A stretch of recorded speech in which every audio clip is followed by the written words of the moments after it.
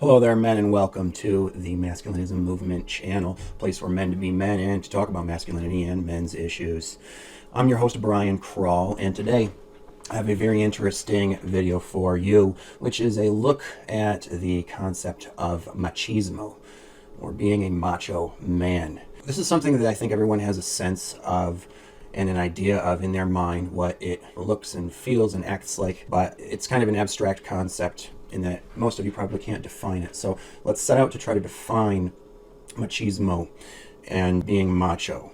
The way that I have come to think of it over the years is that it is an extremely polarized version of masculinity, which is in denial of anything feminine, like having anything to do with anything feminine.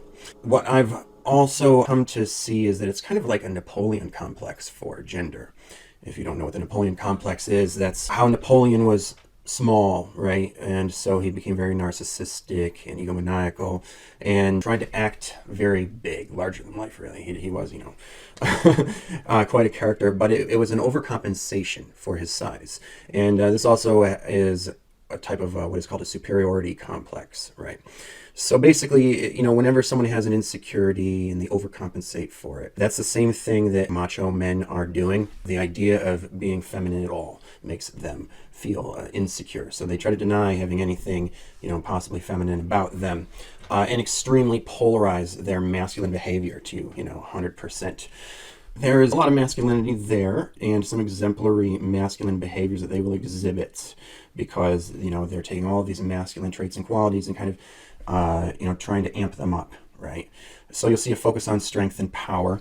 You'll see this sort of overconfidence, basically like the narcissism of the, superiority complex, egotism, and possibly even NPD, narcissistic personality disorder, in extreme cases. You'll see dominance, but also aggression, and there's a spectrum for that as well. Some macho men are just in leadership roles and able to be aggressive as needed, but others are problematic in they're over-exaggerated in their dominance, and it has become domineering, and they are overly aggressive.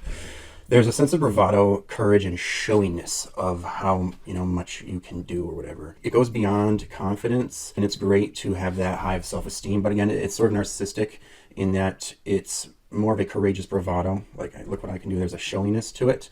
So it can also be seen as negative, right? There's a lot of positive here, but there's also some negative. The macho attitude, or machismo, is also exemplified by a sense of drive and competition. There's this need to compete and ideally win for these types of men.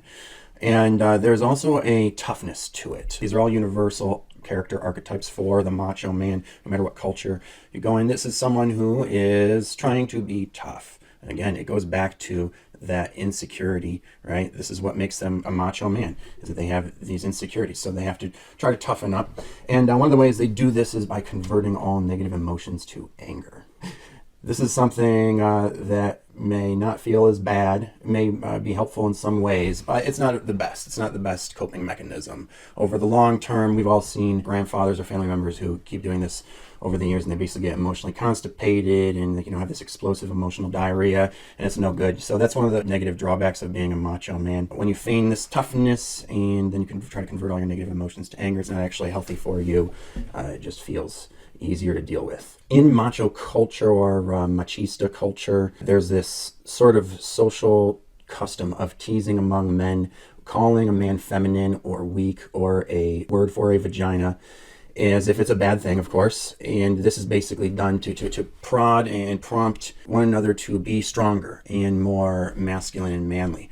So when a man calls another a pussy or a little bitch or something like that, or a girl when you're playing sports and he throws like a girl, he's basically trying to motivate you in a macho way to be stronger and work on being more masculine in whatever way. Develop that skill in whatever context that is, right? And this teasing is also kind of like a hazing. Men have these hazing rituals in basically any culture. When a man is coming of age, there's going to be some sort of hazing rituals. Whenever you're in certain types of circles and countercultures, there's going to be some sort of initiation ritual, like with a frat, for instance.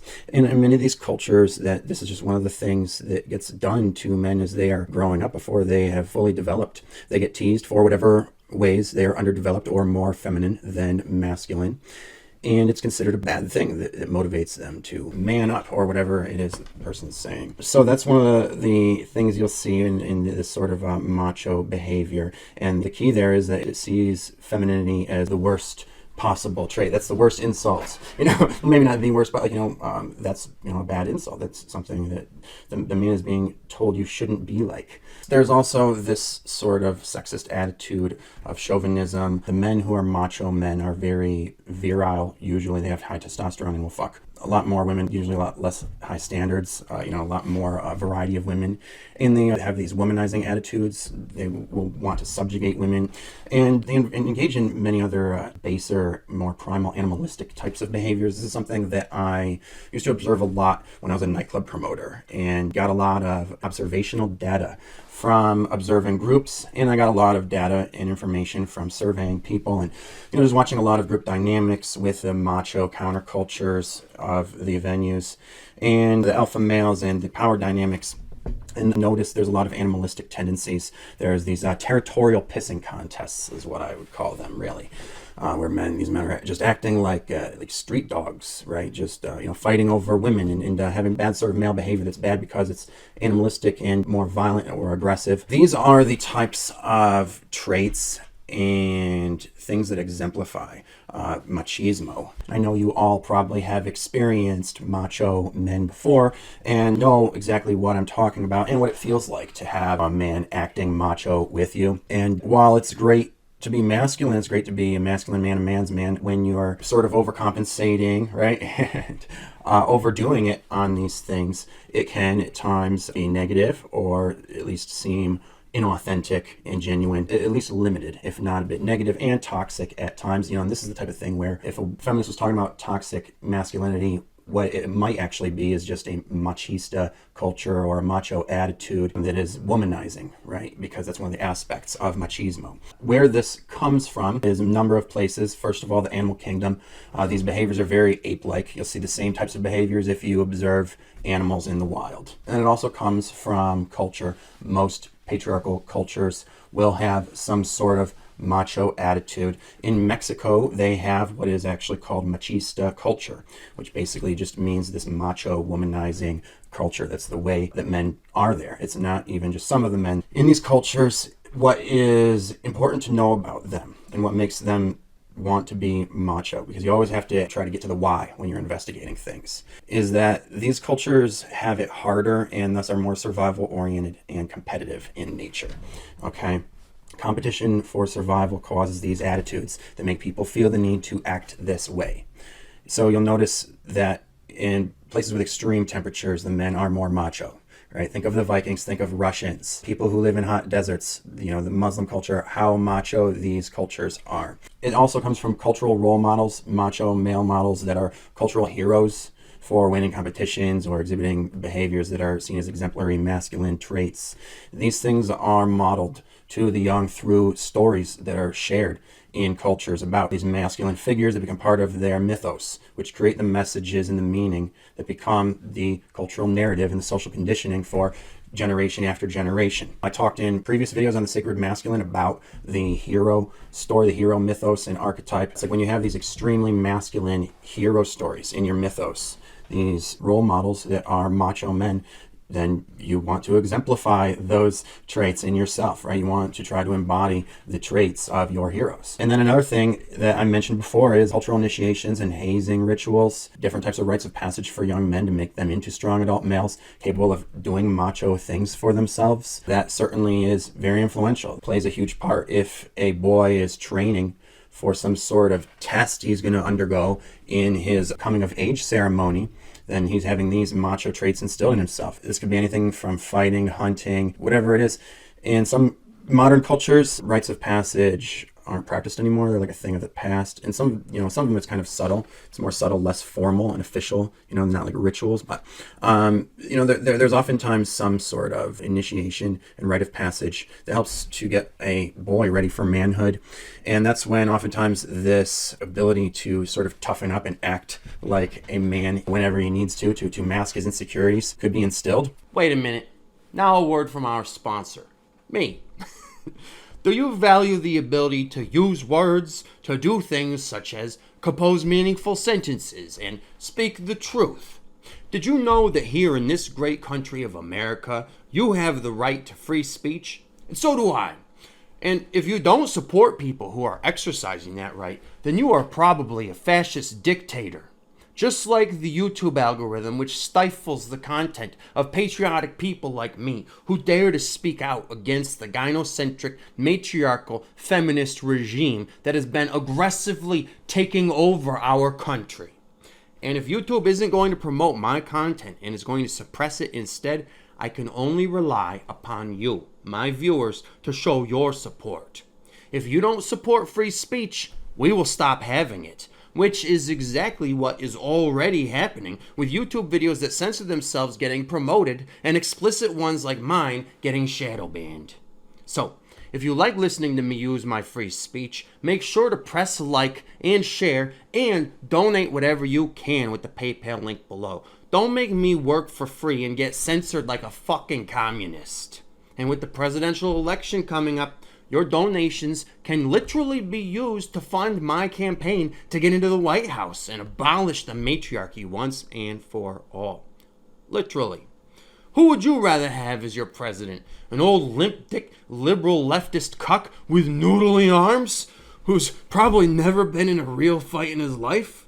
Or a good old-fashioned, misogynistic, patriarchal man's man like me with balls big enough to stand up to women and who you can count on to speak out against them and tell it like it is? Fight the feminazi dictatorship. Spread the message of masculinism. Keep my work alive. And now, back to our regularly scheduled content. Psychologically speaking, it also comes from issues that come from the denial of the anima, Carl Jung's feminine side, and insecurities and emotional traumas that you might have. That, again, since women are more emotional minded, a lot of men might think of their emotional mind as being their enema and as being a feminine side that they need to deny. But that's not the case. So, emotions aren't necessarily masculine or feminine. Yeah, a lot of these men repress their issues, their insecurities, and anything they see as their feminine side as a coping mechanism for any emotional traumas they might have incurred when they were acting too vulnerable. If only they had been stronger, they wouldn't have been traumatized, right? This turns into a superiority complex and narcissism, and these repressed feelings only sort of fester deep inside. That causes all sorts of issues in your subconscious, and it causes you to have more feelings to repress, which then will make you feel more frustrated. And when men are using anger, that's when the anger gets amped up more and more over time. All right. So this anger, it comes from the need to protect oneself and make oneself feel more secure by turning off emotion, to detach oneself from the feelings that feel unsafe, weak, vulnerable, feminine, and to be more emotionally tough for survival and success in, the big, scary, dangerous world out there. This often leads to being callous, cold, sociopathic, or even like meanness and cruelty towards others. This is how psychopaths are made, for instance.